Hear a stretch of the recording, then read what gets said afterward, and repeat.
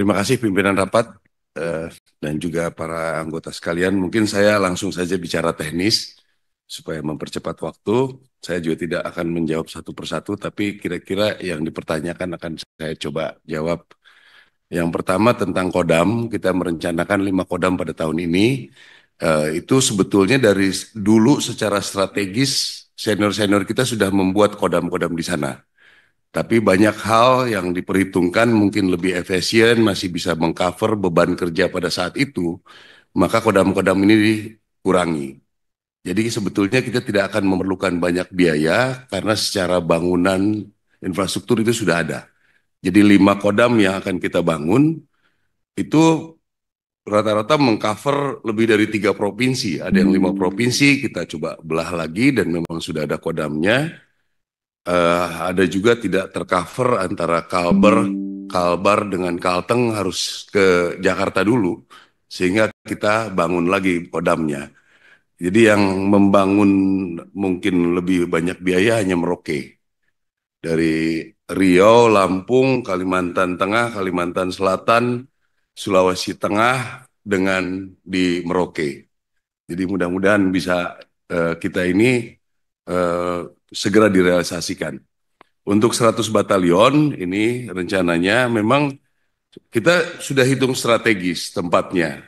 Bukan hanya melihat dari segala macam sisi, tapi efek-efek multi efeknya nanti akan berpengaruh, akan mengenai uang beredar di sana. Kalau batalion 1.000 gaji udah 5 M per bulan mungkin berputar di sana, dan juga ikut membantu wilayah apa yang bisa dilakukan tentara-tentara, terutama tadi juga sempat disinggung oleh Panglima bahwa pergerakan terhadap bencana alam dan lain sebagainya nanti akan jauh lebih efektif.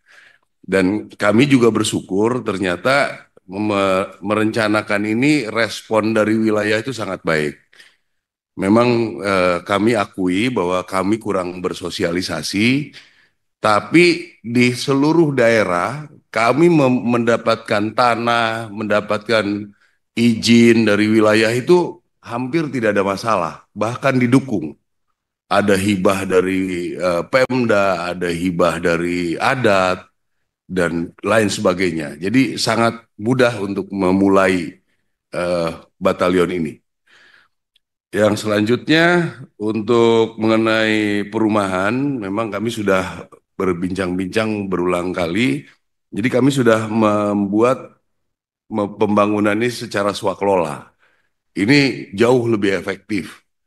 Tahun kemarin kita bisa membuat 1.008 secara biaya 1.800 eh, apa namanya pengembangan tuh bisa bertambah karena dilakukan oleh mereka sendiri sehingga bisa sampai 2.000 lebih. Jadi sampai 20%, 25% ada penambahan itu. Jadi 2.000. Nah, tahun kemarin juga kita membangun perumahan itu sekarang pakai dana SBSN. Jadi lebih fokus ke perumahan. Jadi tahun kemarin kita 1.200 lebih. Tahun ini rencana kita sekitar 1.000. Mungkin nanti yang secara swakelola ya karena anggaran tahun ini secara awal ini berkurang, kami mungkin sekitar 1.000 lah. Koramil juga tahun kemarin kita bisa sampai 200-an swakelola. Jadi kita langsung kirim ke mereka, diawasi oleh IR, diawasi oleh LOK, Jeni, 250 juta sudah dengan meja kursi yang mereka bisa kerjakan. Secara administrasi kita pertanggungjawabkan. Jadi ke depan ini mengenai perumahan ini SBSN minimal 1.000 per tahun. Terus perbaikan rumah ya mudah-mudahan ini ada perubahan. Saya berharap sih minimal 1.000, kemarin bisa sampai 2.000.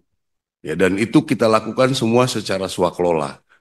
Jadi anggota dengan tenaga-tenaga ahli bangunan bekerja dapat uang saku sehingga uang betul-betul beredar di daerah. Selanjutnya mengenai Papua, mohon izin Pak, sebetulnya perkembangan sudah sangat bagus Pak di Papua kami sekarang ini. Saya masih ingat dulu Pangkostrat 2 tahun anggota saya meninggal di pos itu belasan Pak. Dan juga yang korban tembak. 2024 tidak ada satupun korban di pos. Dan mudah-mudahan sampai dengan sekarang ini tidak ada di pos, Pak. Jadi kenapa kita sekarang mulai banyak korban? Karena memang kita sudah lebih aktif untuk menguasai wilayah. Supaya nanti tidak ada lagi mudah-mudahan pembakaran yang dilakukan oleh mereka kita bisa mengcover. Itu yang sedang direncanakan yang sangat didukung penuh oleh eh, Menhan dan juga Panglima TNI. Memang resikonya riak-riak ini terkesan akan jadi banyak. Tapi proses ke depannya ini saya meyakini akan jauh lebih baik. Yang Bapak sampaikan itu kami juga sangat berharap karena kalau kami datang diharapkan daerah itu akan berubah, Pak. Jadi mohon bantuan Bapak juga supaya semua kementerian bisa bekerja sama dengan kami, Pak. Kalau bisa kami datang ke sana paling tidak bawa lampu, Pak. Bawa air bersih, bawa kita dropping. Dari Kementerian Pertahanan pun kita dengan Panglima TNI sudah merencanakan kita punya karavan, Pak, sehingga memudahkan dropping personil dan juga dropping bantuan, Pak. Jadi dari segi politik ya mungkin kami juga sudah kalau ada kerjasama itu kami selalu yang mengirim yang dari eh, suku daerah timur, Pak. Dari mulai NTT sehingga ya lebih melihat bahwa kita tidak ada pemikiran sampai ekstrim genocide dan lain sebagainya. Itu juga sudah kami lakukan kalau kunjungan ke Fiji, kunjungan ke negara-negara di Pasifik, Pak. Jadi mohon sekali lagi tentang bantuan untuk kementerian-kementerian, Pak, biar kami yang membawa ke sana, Pak. Bantuan-bantuan pembangunan dan lain sebagainya di Papua. Dan juga mengenai dari daerah Papua, kami sangat menginginkan sebetulnya.